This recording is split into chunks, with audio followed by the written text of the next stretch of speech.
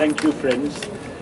Yesterday we issued this letter with 15 signatures.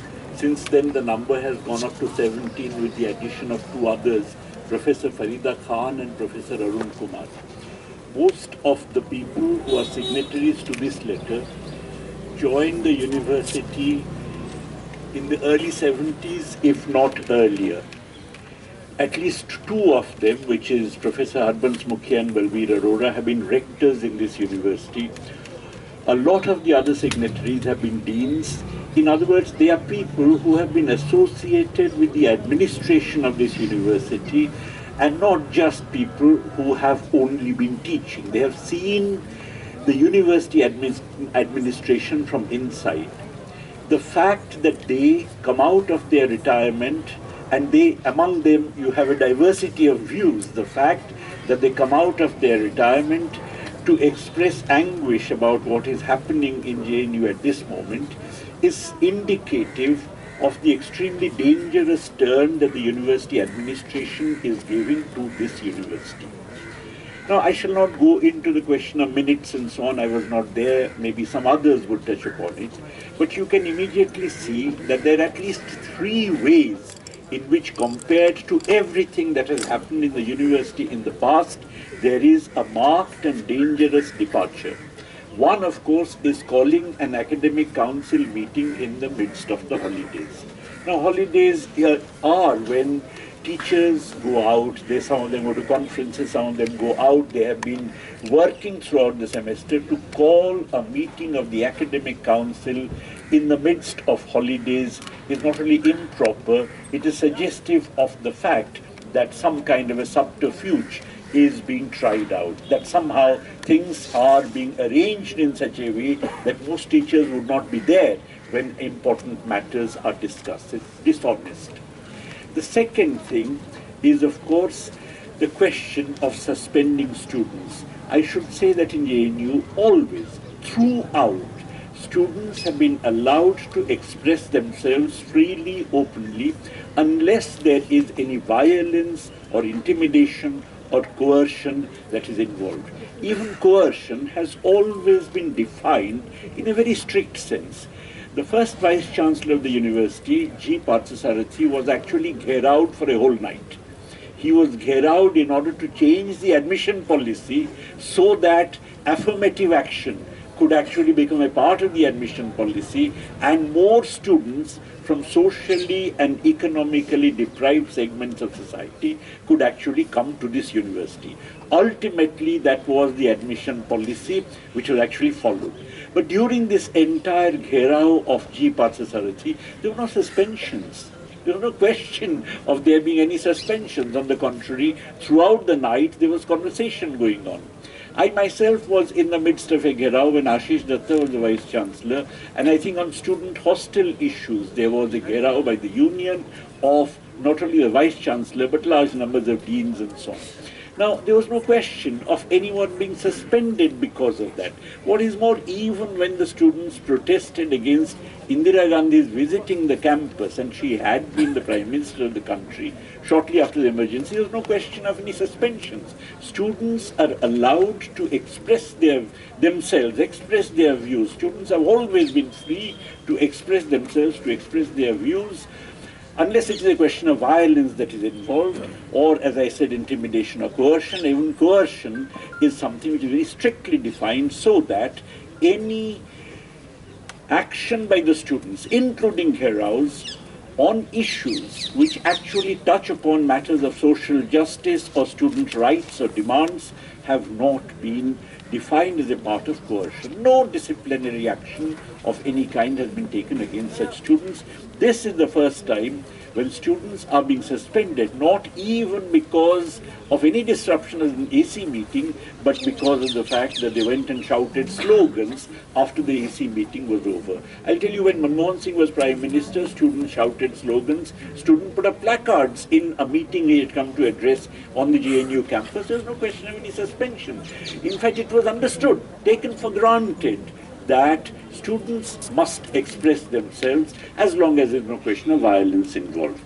Then the third issue, which is again absolutely unprecedented, is the university writing to a teacher saying that do not go and address a students' meeting. Now this is an incredible, interference in a teacher's right. I mean, there have been hundreds of occasions when students have been on hunger strike and so on, and lots of faculty members have come and talked to the students, discussed with them, sat with them, chatted with them and so on. And so the idea of teachers expressing solidarity with students who are resisting the university's efforts to suspend some of their colleagues and so on is something which is so much a part of our life that to treat this as a matter that requires disciplinary action, teachers to be warned, is again completely unprecedented in the history of this university.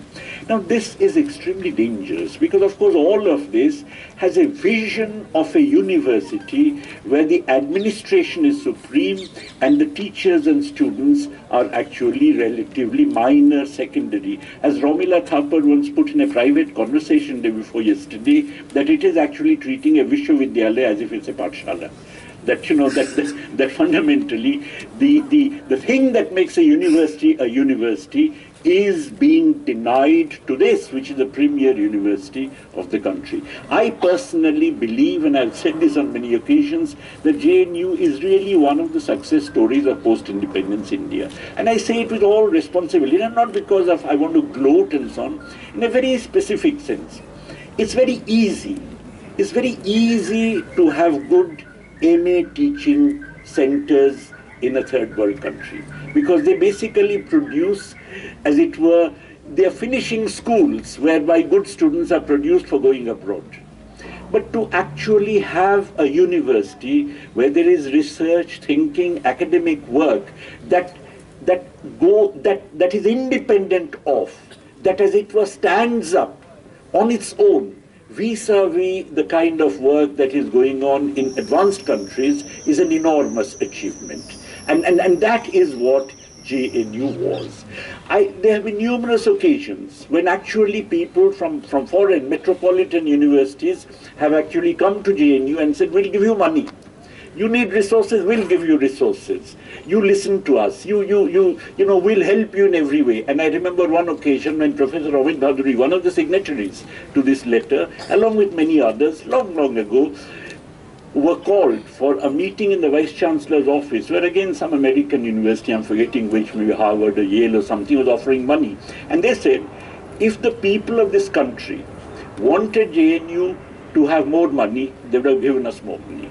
The fact that they have given us this much money is because they want us to run the university within this much money. We don't want any other money because that's what the people of this university want us to run the university within.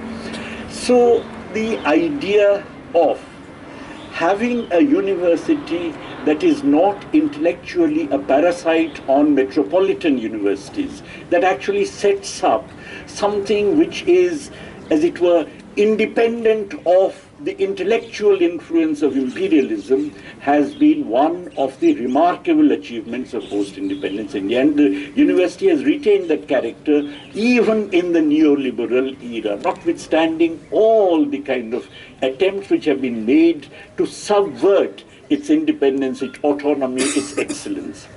I believe two factors have gone into the making of this remarkable university. One, of course, is the extraordinarily democratic ethos, and the other is the fact that it has really been a place where people from different social and economic backgrounds have managed to come.